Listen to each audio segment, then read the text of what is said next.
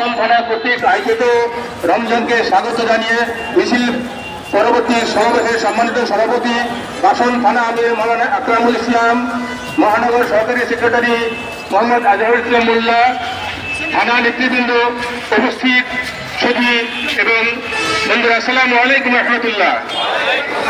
প্রতি বছরের ন্যায় এবারও রমজান খুবই নিকটবর্তী।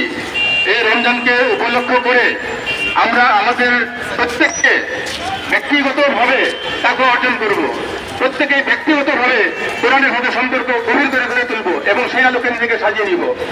প্রিয় উপস্থিতি, প্রতি বছর রমজান এলে দেখা যায় দ্রব্যমূল্যের স্টক হোল্ডার বেড়ে যায়, দ্রব্যমূল্যের কৃত্রিম সংকট তৈরি করে দাম বাড়িয়ে দেওয়া হয়। আমরা এই অবস্থার অবসান চাচ্ছি। রমজানের সময় নিরবচ্ছিন্ন বিদ্যুৎ সরবরাহ করার জন্য আহ্বান জানাচ্ছি।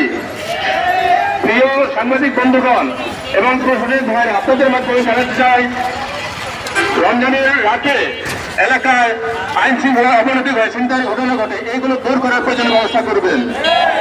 সর্বোপরি প্রত্যেকে সব জায়গা থেকে সচেতন থাকবেন এবং দ্রব্যমূল্যের ঊর্ধ্বগতি রোধ, নিরবচ্ছিন্ন বিদ্যুৎ সরবরাহ, আইন শৃঙ্খলা রক্ষা এবং দ্রব্যমূল্যের ঊর্ধ্বগতি রোধ করার আহ্বান জানিয়ে আমার কথা শুনেছি। আসসালামু আলাইকুম রহমতুল্লাহ।